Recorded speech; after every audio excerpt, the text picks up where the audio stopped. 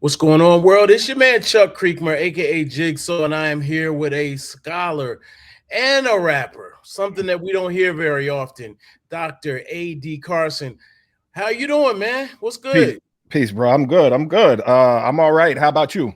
I'm good, bro. I'm good. It look like your beard has gotten longer, bro, since the Yeah, last man. time I saw you. Also getting a little gray in there too. You know, Yeah, that's coming. It's stressful out here. that's wisdom too. Also, you know what I Word. mean? Yeah, definitely, man. So let's talk a little bit about you. Let's start with the MC part. Like I All right. know, there's a duality here, but let's start there. Talk about your most recent projects and some of the well, we'll get into the orchestra. We'll get into that in Word. a Word. second. I throw that out there to let people know something's on the way.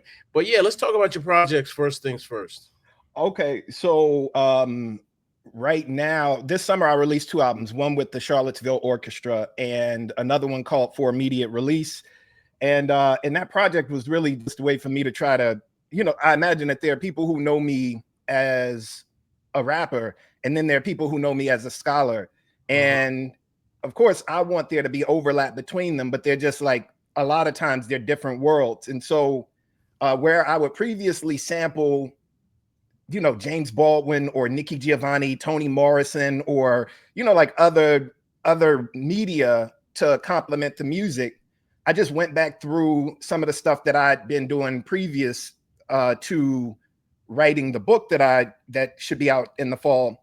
And so like there's samples of me talking about, like about digital blackface and AI, about Mhm, my dissertation album with Tavis Smiley. mhm. There's a thing with, like I'm talking to 60 Minutes and, stuff with NPR, because again, like it, there are people back home who may listen to my music, but don't listen to NPR or don't watch 60 Minutes. So, they wouldn't see me doing that kind of work. And so I want folks to know when the book comes out that I'm not doing a different kind of thing than I normally have done. I've always made music, always done commentary, always tried to, examine the arguments that are going on and think with hip hop. So For Immediate Release is an EP, me just previewing what's in the book.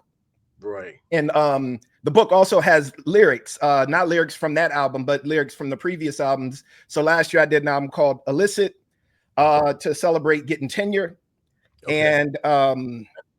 And there were 7 albums. So 7 albums from getting the job. Also, like to get my PhD, I wrote an album. So that I think is probably like the most distinctive thing is that I got my PhD by writing and submitting a rap album to the university, and then was appointed to professor of hip hop at UVA.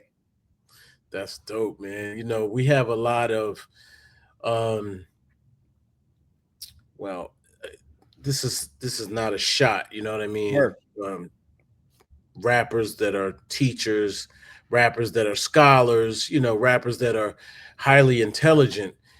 So this is not to anyone personally, you know what I Okay. mean? But you actually come with these receipts that are both hip hop and traditional academia.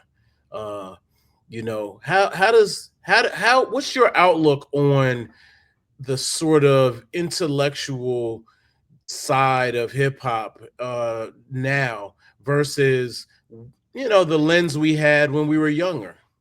Yeah. So I actually kind of talk about this on the album too, because like there's a lot of frustration, especially when someone says what you do is just like whoever. And my response to that is no, it's not like whoever. I'm like they do their thing and I do my thing. Uh-huh. But it's unfair to them and unfair to me to say that we're doing the same things. Uh-huh. Um, but like there's a lot of that. Yeah, it's not a shot, but we're in this attention economy where people want to pit you against other people. Uh-huh. And so I am absolutely grateful and indebted to people like Trisha Rose, Uh-huh. people like Cornell West, folks like Amani Perry, and even rappers like Mad Skills, Mm. right, who have been doing all of these things and made it even possible for me to present to a university a rap album as the prospectus for the dissertation.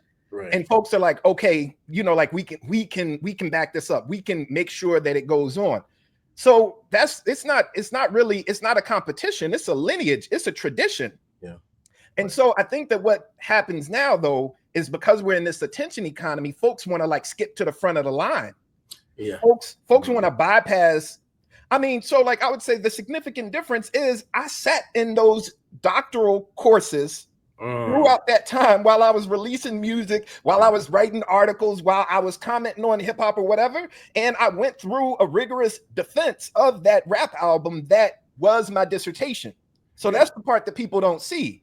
And you can't just like gloss over that and be like, well, I'm pretty much that because, you know, like we're in similar spaces, because those spaces also like they're just different economies and currency. And so, you know, it'd be better if folks were honest about that kind of stuff. And again, I know why folks are not necessarily as honest or as transparent about it.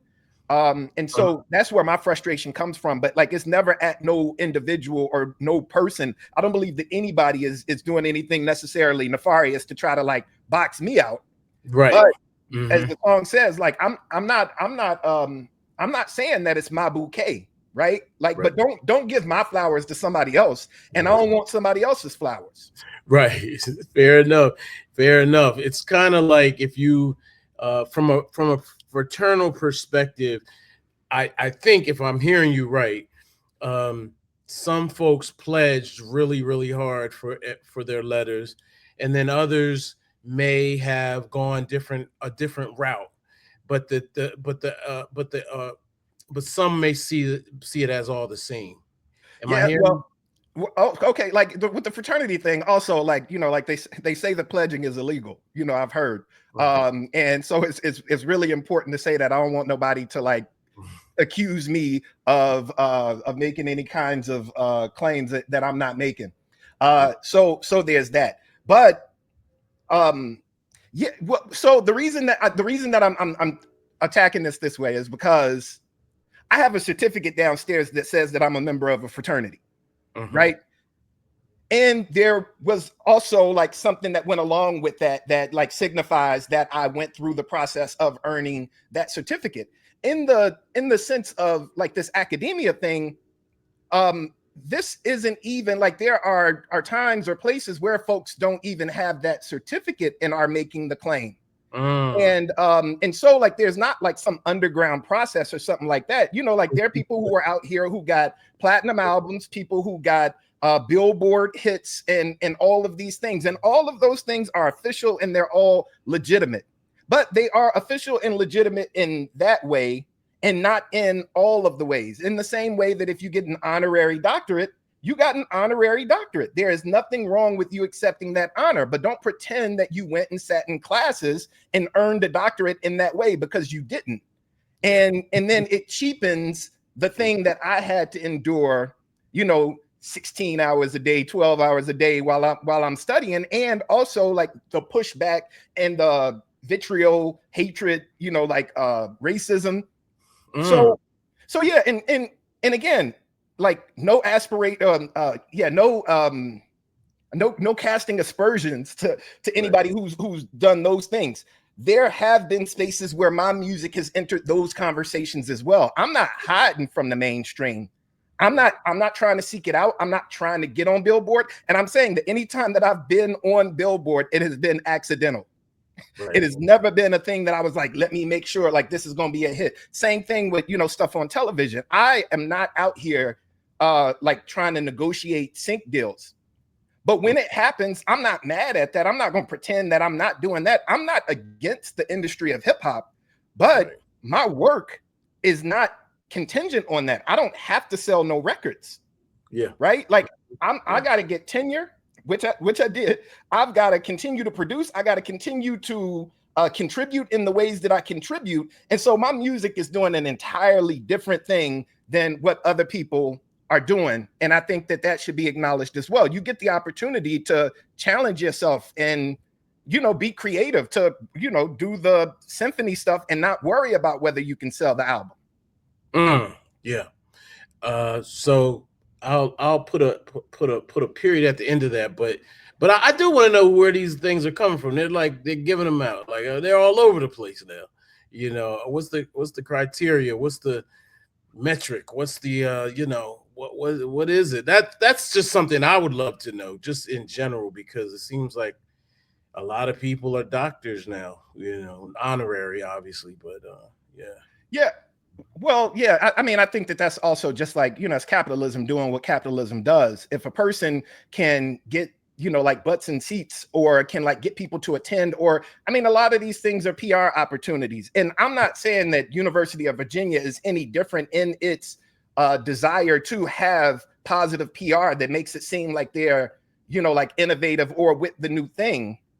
But every time I see a thing like that, I'm like, I wonder what the resources are like for that. I wonder how the institution sees its work. What is the responsibility? What communities are they engaged with? And is there any kind of reciprocity? And so I try to fight as hard as I can here in Charlottesville to make sure that folks are not using me like a mascot or something to make it seem as if like we've got some innovative hip hop program here. You won't hear me talking about anything going on at UVA that I can't have an intelligent conversation with you about, and what the ramifications are for. Like what does hip hop at a university look like in a city like Charlottesville, where there are lots of people who have created a hip hop community, and there's a long legacy that might be overshadowed by the university saying we have hip hop now. So people are like, oh, hip hop finally came to Charlottesville. I know that's a lie. I didn't even have to step foot in Charlottesville to know that that was a lie, because it was a lie in Decatur, Illinois, when the university I went to said that about Decatur, Illinois. Right. And it's likely the same everywhere where there's a university and people are making these claims. And if the person, it's strange if you don't say, hey, what is it that y'all actually do? Or if you don't investigate what it is that they're doing, you might be doing a whole lot of work for them, and they're using you as a shield against any kind of criticism. And that happens a lot in the book. I call it rapwashing, that like institutions will very eagerly promote a hip hop related thing to make it seem as if they're doing like social justice work. Think about the NFL in their hip hop halftime shows, or the US ambassadors, the hip hop ambassadors program. Like, why does the United States of America even have a hip hop ambassadors program? And if we learn from that jazz ambassadors program that went on, like a few decades ago, then we would know that even though it might have helped the profile of some of those jazz artists, there were also nefarious things going on with the government under the guise of spreading, like Black culture internationally. Yeah, absolutely. Absolutely. Well, in a general form, what are your thoughts on the state of hip hop? I don't want to offer my opinion, but I do have a strong opinion about it. What are your thoughts? Yeah, so I'm not a doomsdayer. Like I feel like hip hop has always been a matter of doing what we can with what we have. And so as bad as it's ever been, people have still created, people have still innovated, people have still been able to make a way. And I think that that's a long tradition of Black people, particularly on this continent. And so I think that the people who are refereeing, talking about it's not what it used to be, well, we can't expect for it to be what it used to be. But like to say that it's dead, well, whenever somebody says it's dead, then I'm like, yeah, but I talk to ghosts, and a whole lot of folks that I know talk to ghosts. Yeah. So we're not worried about you declaring hip hop dead, but who are you to declare that? Right? Yeah. Like, especially in this, in the, like, I've made a life with hip hop, like not just a living, but made a life with hip hop without having to turn down the fact that I'm an MC. And in fact, now, like, my everyday job is about MCing. I'm literally teaching people how to write raps, and what the ideological stakes are for mixtapes. My students make mixtapes every spring, like together, like on the university's, like dime. Yeah.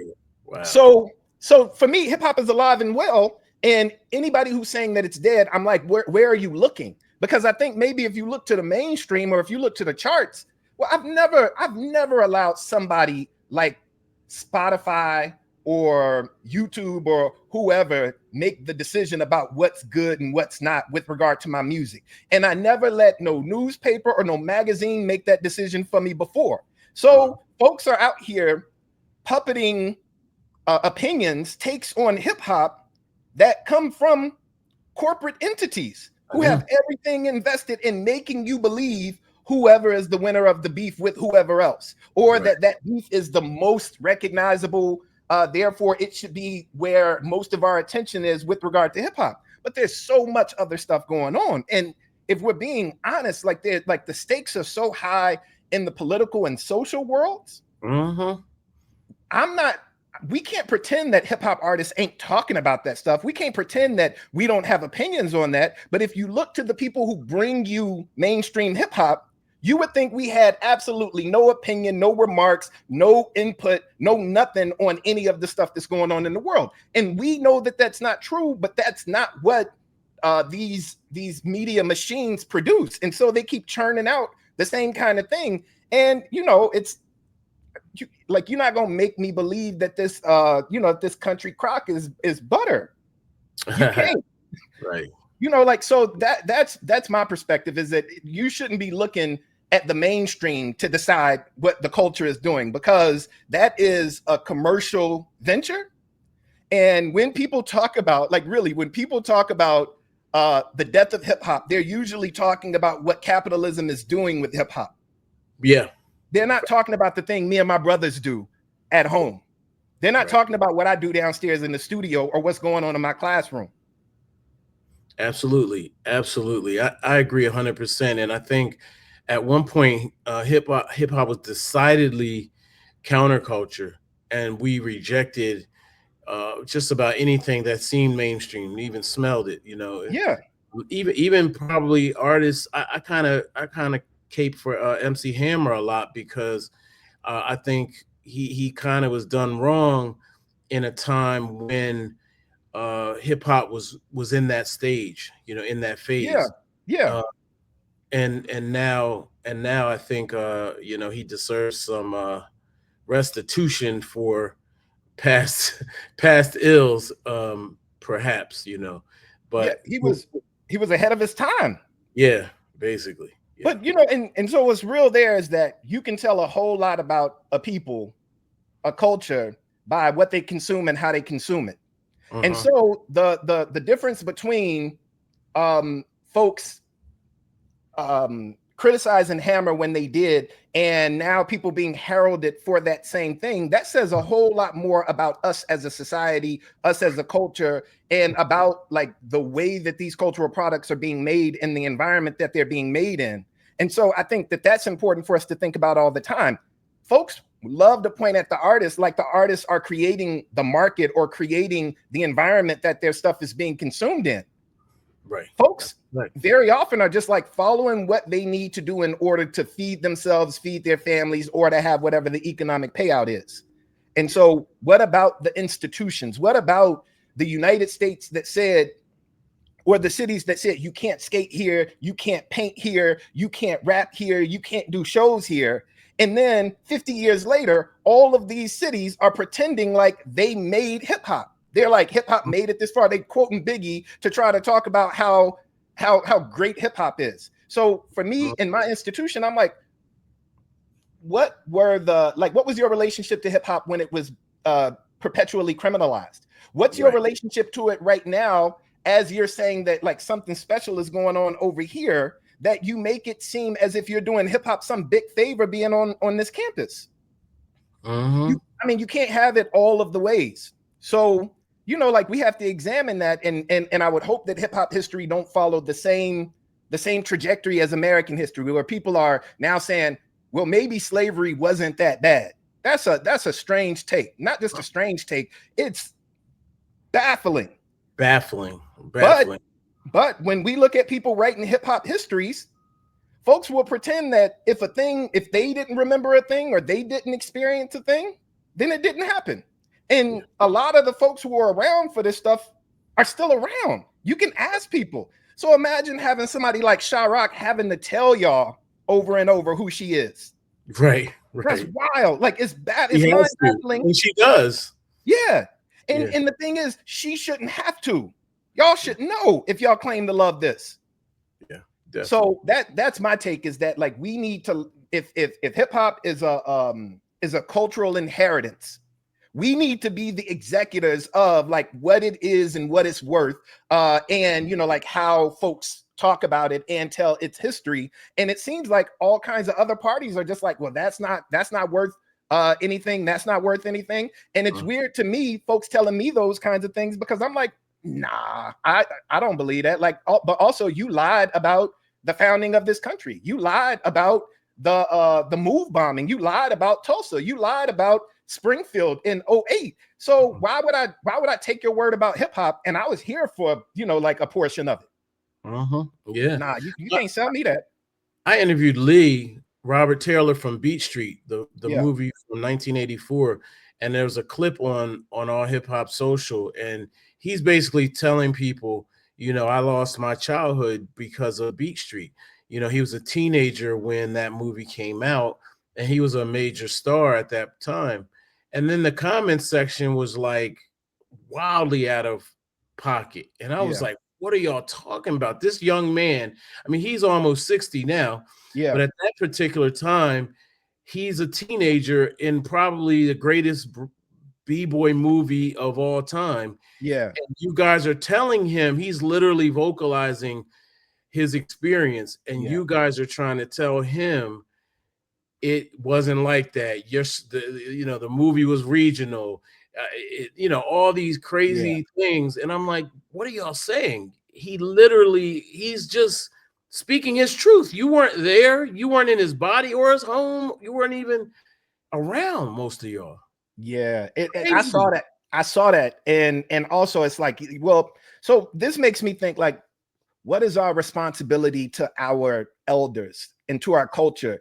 And I think that one of the sneaky things that happens when people talk about hip hop, not saying that, like, in the 70s, it wasn't youth culture, but, like, when we continue to affix youth culture to this thing that has been ongoing for this long, then someone could treat a 60-year-old elder like a child, right? Like, can treat his experiences like that's not really real, or he doesn't have the mental acuity to be able to tell you truthfully about what happened to him.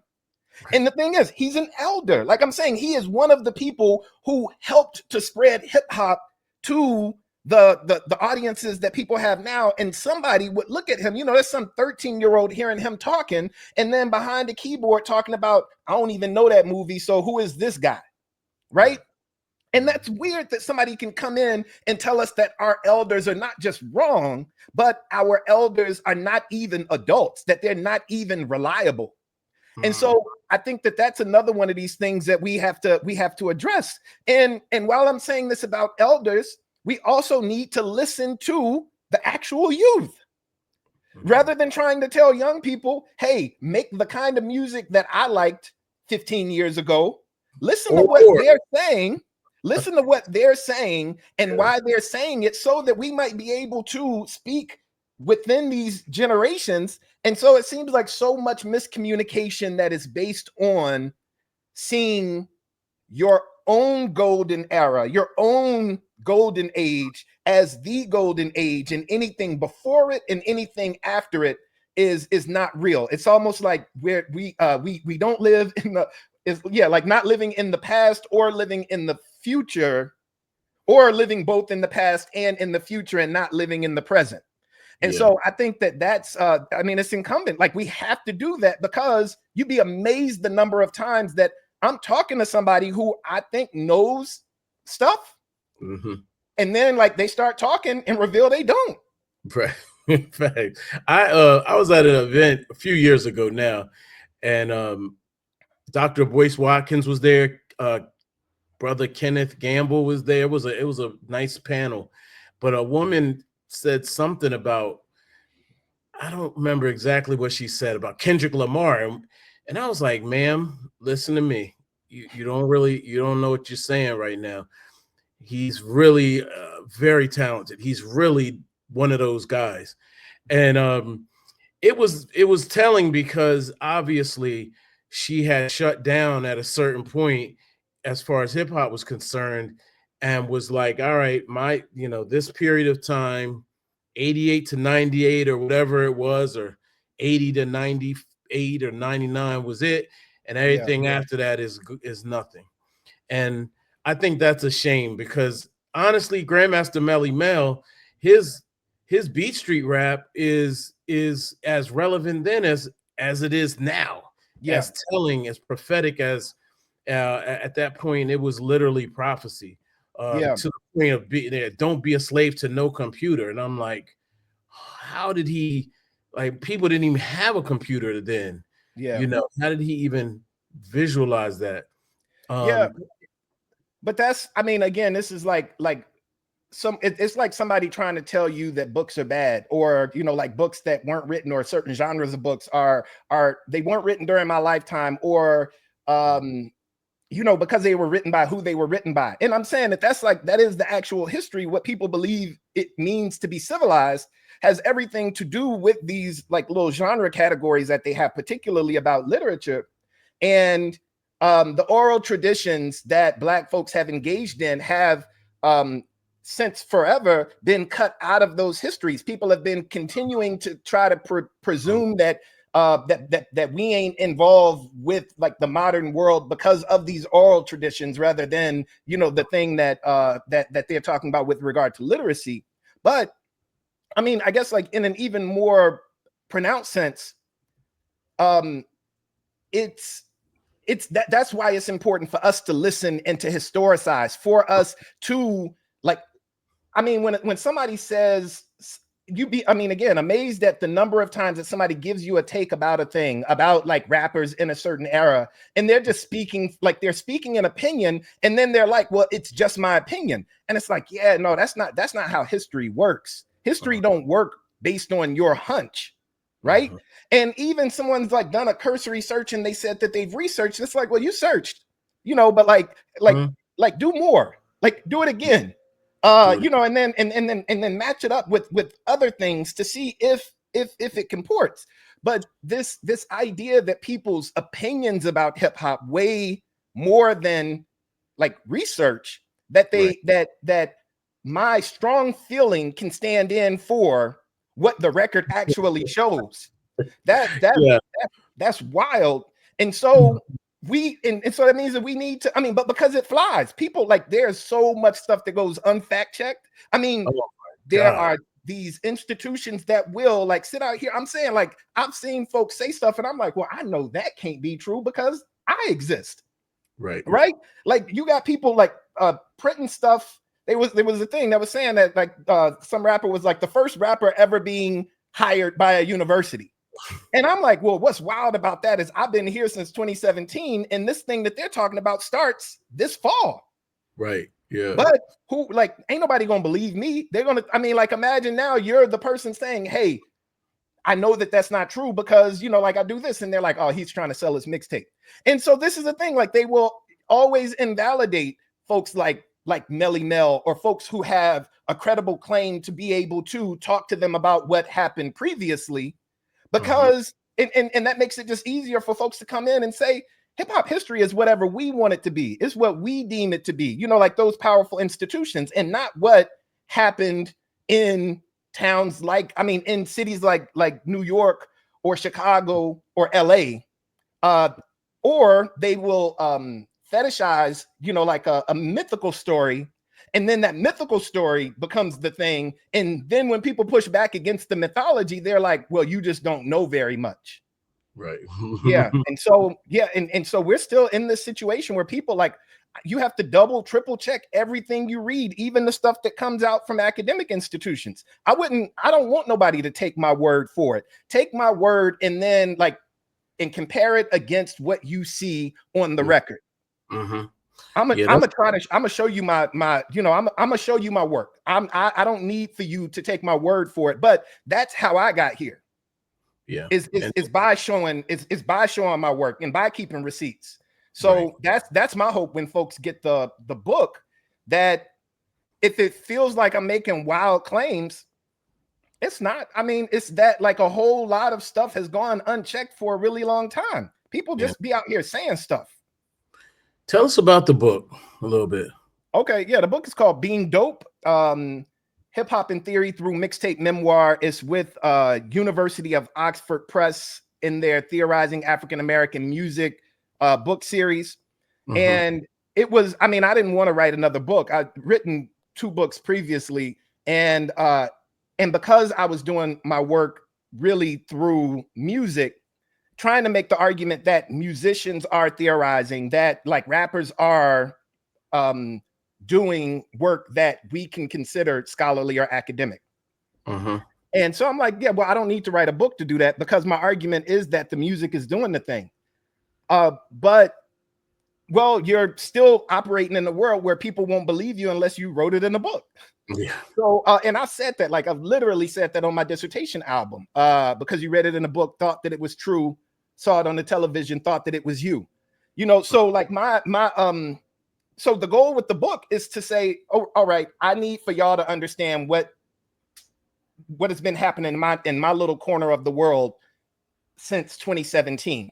And so the sort of mixtape memoir is to say all of those lyrics that I wrote for those albums that I submitted to get me tenure, they have historical context. And so now I'm providing the historical context. So pieces from the book have been published in the LA Times, in the Rolling Stone, Washington Post, Spin. I mean, in all kinds of places. But again, I said there are people who get my words and don't know about the music, or maybe are not as interested in the music as they are in the thing that they believe is scholarly. So I just put it all together, and you know, Oxford is going to put it out so that then maybe folks will deliberate on it and deal with those arguments, because now they're on paper. How do you balance that out with the scholarly community and the hip hop community? Do you code switch? Do you present differently in different spaces, or do you just come as is? How do you balance it out? No, I hope that I'm me everywhere, like that. And so I think that was something that I navigated when I was in my PhD program, where, you know, like I would sometimes show up with a tie on, and I remember once, like, one of the professors was like, "Are you coming from church?" And I'm like, "Why would I? We're on campus. Why would I be coming from church?" But you know, it's in South Carolina, so there's this idea that like me with a tie on can't be me teaching. Right. It must be something else. But I'll say the same thing, that like on the other side of that, because you know, I just started wearing t-shirts and a ball cap, like my regular, you know, attire. And some students that I was working with, when I told them that I had this question about going up for a job, I'm going to an interview. What do you wear to an interview to possibly become a professor of hip hop? And the students told me, you need to get over yourself and like learn how to dress up, learn how to take a job seriously. It's a good thing I didn't listen to them. Right. But you can understand why they might have that kind of understanding of what one must do in order to get a job as a professor, even a professor of hip hop. So yeah. I think that I found that it's not helpful to try to be what people want you to be in whatever situation. I'm going to be me for whatever situation I approach. And when I'm writing, my voice might change a bit depending on the venue. But when I'm making music, I'm not trying to make academic music. I'm not trying to make scholarly music. I'm making the same kind of music that I was making in any of the previous iterations, you know, of me making music in my life, just making sure that music demonstrates what I know now.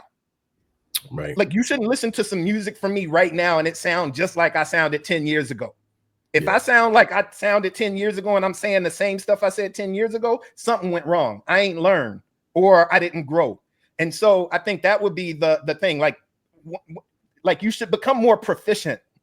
You should be better at rapping, you know, like as an adult than you were as a teen. This is not, I mean, for real, this is not like, it's not like playing basketball, but even folks who play ball, there are times I'm on a basketball court and I see things that I absolutely didn't see as a 16-year-old, But as a 16-year-old, there may have been a kind of athleticism I believe that I had that I'm like, I don't care. I don't need to care what the defense is doing. I don't need to think 3 moves ahead. As a rapper, like there's nothing that should preclude you from growing and like seeing shit like the Matrix at a certain point, because you've kind of worked it out, or you've worked out different ways of approaching the thing. But if you're doing the exact same thing that you were doing on your first album, on your 15th album, that's been the criticism of a lot of rap artists, that they keep doing the same thing over and over. Not quite, obviously, because times do change, but to me, I think the argument could be made that a lot of our elders are serving up very similar content that they did when they were in their quote unquote prime. What are your thoughts on that? Well, so I think that, you know, like this, I appreciate this question because it gives me the opportunity to offer a qualifier. And that is that, like, stylistically, you can do similar things. I'm really kind of talking about the content and the tools that you have more than I'm talking about approach. And so there are times where someone might like, and there have been a couple albums that come out this summer where somebody's like, it's just like, you know, the previous thing. And I'm like, I don't know. Like, I think they might be saying something different. And because they have cadences that sound like their previous cadences, that you're not hearing the content. And that's one of the arguments that I make, that folks don't really reckon with what rappers are saying as much as they should. Because, you know, like somebody, like when you're listening to Ice Ice Baby, this dude told you in the lyrics the kind of dude he was, or the kind of dude he saw himself as. And like him and, I don't know, like DJ Shay or Deshay, you know, like they apparently, you know, go through like they participate in a drive-by, and then the police pass them up and confront people who are addicted to drugs. You know, they passed me up. This happened in Ice Ice Baby? Ice Ice Baby, they passed me up, confronted all the dope fiends. If there was a problem, yo, I'll solve it. Yeah, like those are the lyrics. It's about a drive-by, right? And it's like, so, but here's the thing. I had no idea, by the way. So imagine why the police pass up Vanilla Ice. Like, is that white privilege? Is that what's going on? Like the dude who's in the drop top Mustang gets passed up because they're like, it's no way that it's him. Right. It must be these people who are on drugs. That's in that song. But like, so my theory that folks aren't listening, that is one of the most famous rap songs.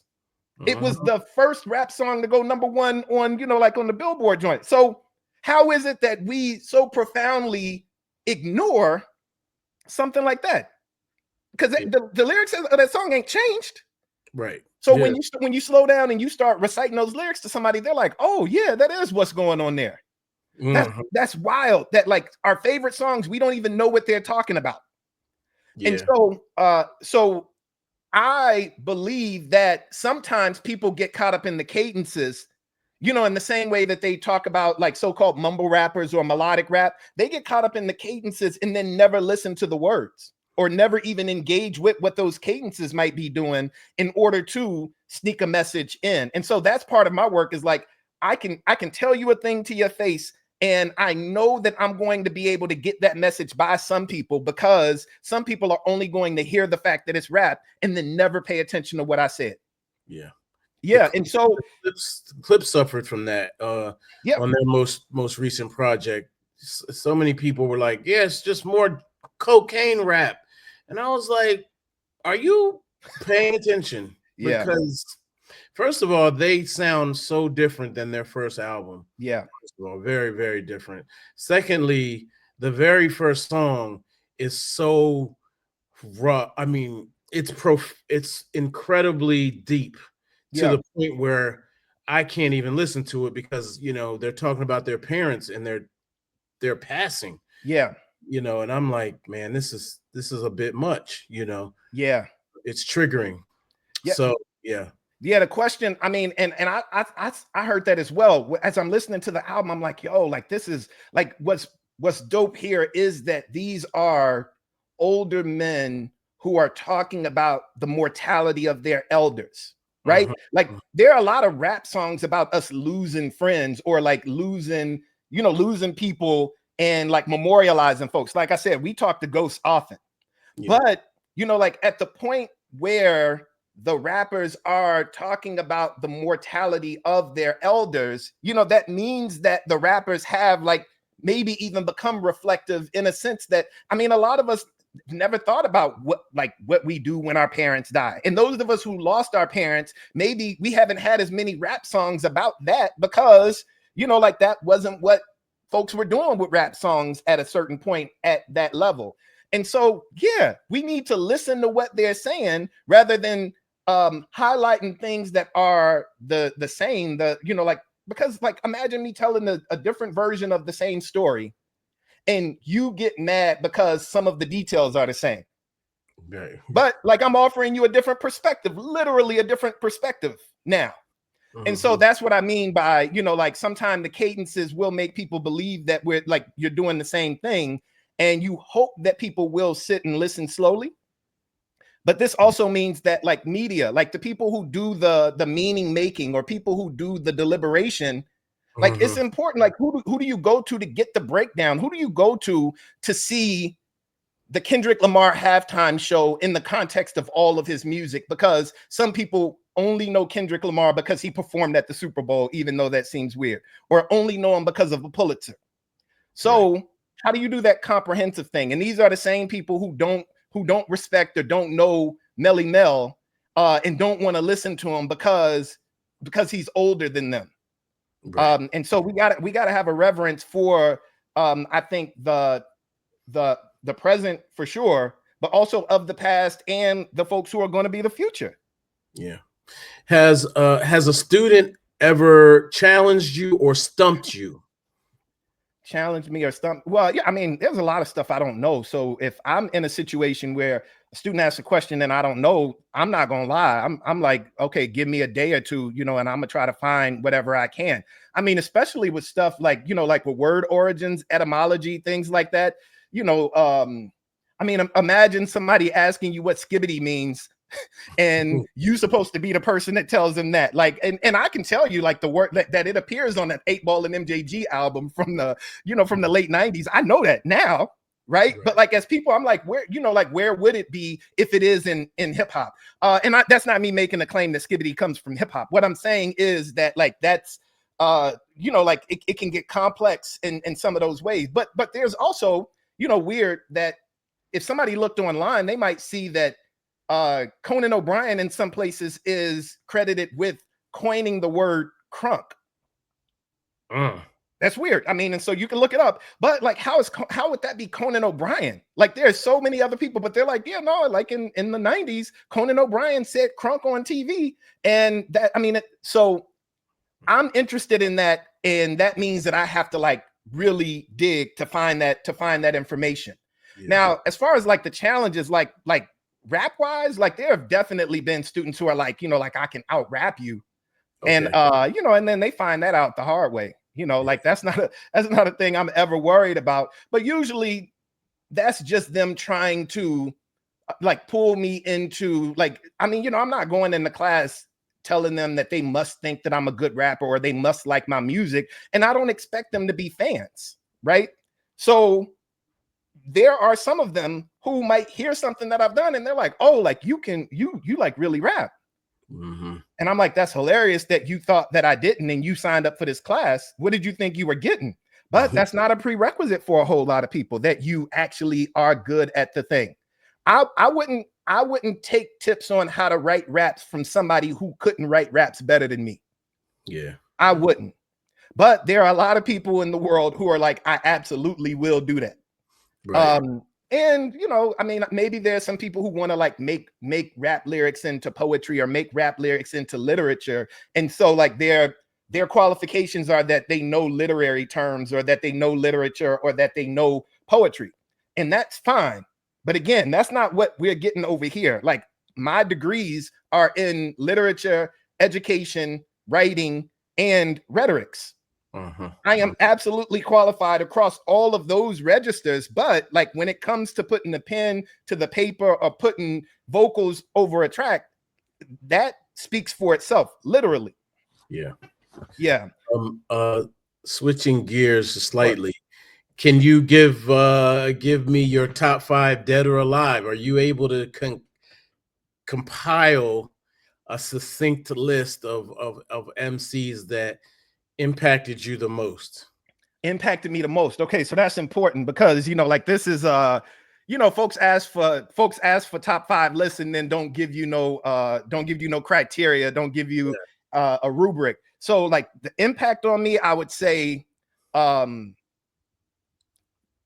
André 3000, Lauryn Hill, Method Man, wow, is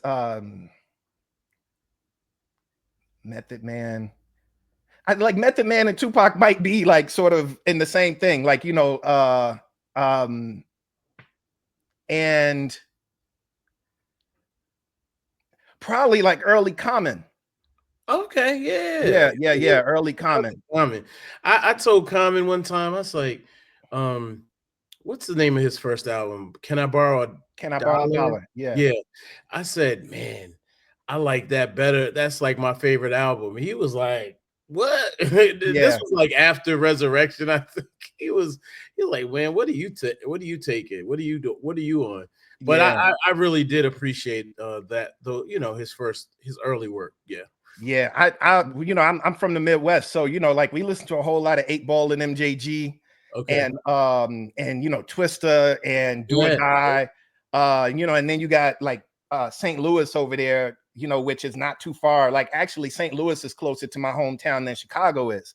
So, like we had a lot of different kinds of influences, but those artists that I mentioned are people who I listened to and I thought, I want to do that. Like, I want to be able to do that. I want to be able to write a thing and then make a person feel these things, or I want to be able to teach a person by, like over the course of a minute and 25 seconds, like of a rap.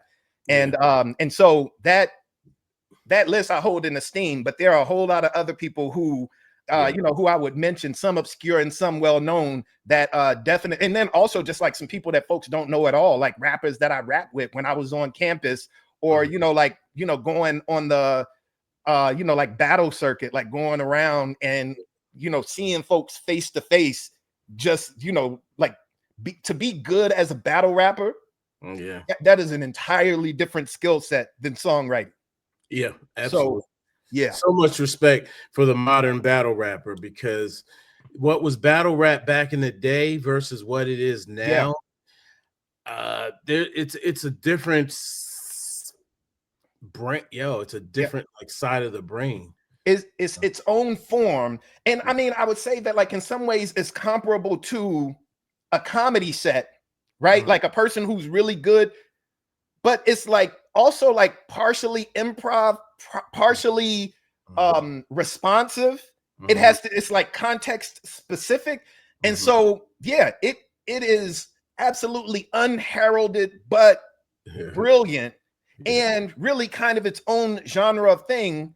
And that's probably why you don't see as much crossover from people who do. I mean, like somebody like Sue Surf operated in multiple, like in spaces where I appreciated his albums as well as appreciated seeing him rap, or somebody like Ab Soul, or like Loaded Lux in some cases. But that's not that, like, it's just not guaranteed that you will be good at one and the other. Yeah. So I have mad respect for it. We also do a week in my writing rap class on battle raps. So we actually do talk about, like the differences between, like sitting behind a desk and like sort of rapping for a camera that's recording you, like a DJ sort of radio thing. And like actually writing something that is specific to a person or institution that you like that you want to try to clear out. All right, now let's get to this orchestra. You, I've seen this a few artists. Jeezy's doing it, Nas is doing it, and so is Dr. A.D Carson. How's the experience of, what were you trying to accomplish, and how is that experience? How is it, and also how is it received? Yeah. Okay. So I am always frustrated with the ways that like hip hop circulates culturally as people think about it. Like, and what I mean is, I said this with, like, say, poetry or literature, and I think the same kind of thing happens with a symphony, or with, like, you know, working with an orchestra, is that, like, folks will very often, when they write about or think about somebody working, a rapper working with an orchestra, they often will look at it like the remarkable thing is that the orchestra let rap on stage with it.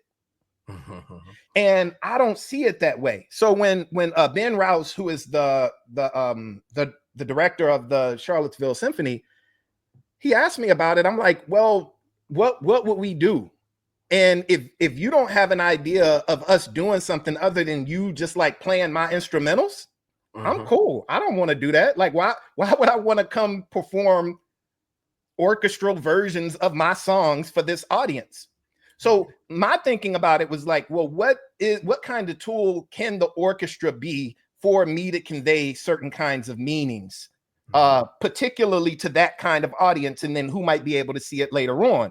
And so you see very deliberately, whenever on that album, like, it's ampersand metaphors, like, and metaphors is really me kind of saying, here's the thing that I can do in addition, as, like, my skills as a rapper working with an orchestra is offering something distinct, not the same as anybody else, not the same as any other vocalist. So we start off, you know, like, sort of in a traditional, you hear the music and they're playing, and, you know, like, they're trying to, you know, like, find a rhythmic pocket for me to be able to rap to. And then, like, we move away from that into things that are more kind of like abstract, more, I think folks will probably understand, in, like, spoken word traditions, which are absolutely hip hop as well. And what I'm trying to do there is to, like, talk to the folks about, like, the metaphoric nature, or the way that metaphors work in the world. So what does it mean to have me standing up there in front of the orchestra for the people who are in the audience? And I liken that to the ways that people, I mean, metaphor is so powerful that, like, people are around here, and have been for a really long time, making excuses for why police kill young Black folks or vulnerable Black folks. But if we were to turn that around, and I mean, this is not, like, original to me, but if you turn around and you start talking about, like, an orchard, and you start talking about fruit falling before it's supposed to, like, people coming around and, like, shaking the trees and making the fruit fall, and it rotting on the ground, like, going to waste. Somehow people are more invested in this metaphorical fruit than they are in actual people being killed. So that shows you how the brain works, you know, with regard to symbolic language. So that's what I'm doing there, is trying to take folks through that, and then, you know, like, sort of and then, like, explode their idea of that concept in the process. So it's something that I could probably do it in a recording, but I want to take full advantage of this audience with this orchestra, so that I can make them feel like, so that I can give them the feeling that I wouldn't be able to give them with other tools. Gotcha. Yeah. Dr. A.D Carson, man, it's a pleasure, and I know this will not be your last time on All Hip Hop. I love talking to you. So I'll have to have you back, and maybe make it into a regular thing. Yes. No, I'm down with it. Okay. Bring some context to things. Yeah, no, I'm here for it. I appreciate you, man. Absolutely. Any final words? Nah, stop believing everything you hear on the internet. That part. All right. Appreciate you. Salute. All right. Peace. All right.